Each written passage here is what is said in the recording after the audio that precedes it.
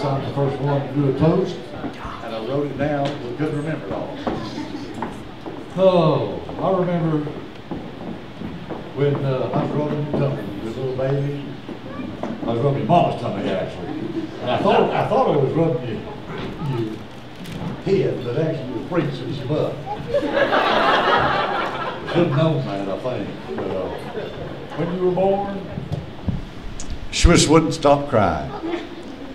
And they took her away from her mom, took her over and put her on one of the little box things, you know. She just bawled. I said, "Could I go over there, doctor, where she's at?" And I went over there, and sure enough, I sang a little song to her. I'd sang to her since the day she was conceived, I guess, you know. She stopped crying just like that. Daddy's voice. It was Wheels on the Bus, what the song was. I remember one of the precious things that Mama would always kiss your nose. She said, "Prettiest nose in the world." And you'd go over to Papa's, he'd sit there in that blooming chair forever, just sitting there, cartoons on, him 60-something years old, never make a move. He'd sit there if he slept for 3 hours, didn't matter to him, you know. He did that with every grandkid he had, I think.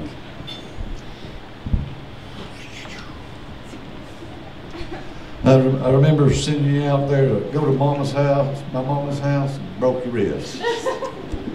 Took her over to the doctor, and Deb was pretty, she didn't have a very strong stomach anyway. So we go over there, and this is, I think I'm going to have to go outside before I pass out. She and the doctor sit there carrying on jokes, and he just pops it right back in, you know. I remember the big old splinter you got in your foot on the deck. You remember that? Had to pull it out? Yeah.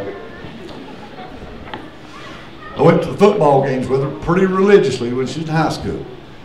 They don't go to a football game to watch football. They walk around, you know, show themselves this way, that way, whatever, you know. And I'd get so mad, I'd say, "Let's just go on at halftime and go home." We didn't.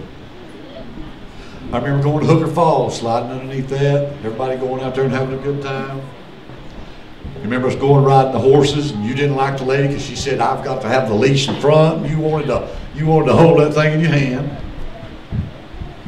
I remember your mom coaching you in soccer. Oh gosh, was that an ordeal. Her mom was so horrible on her that it was ridiculous. "What are you doing, girl? Get out there. Don't cry. Get out there. Get out there."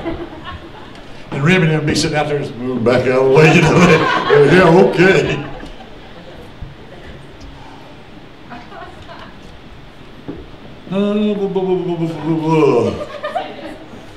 First time I met Marshall, didn't even really notice him.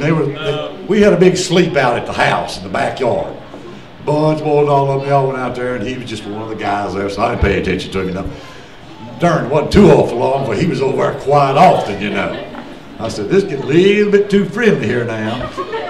They got more, they got more, they got more. Next thing I know, they start having these, I guess y'all have heard of it. You have a 60-day anniversary, a 90-day anniversary, a year anniversary, crazy stuff, you know.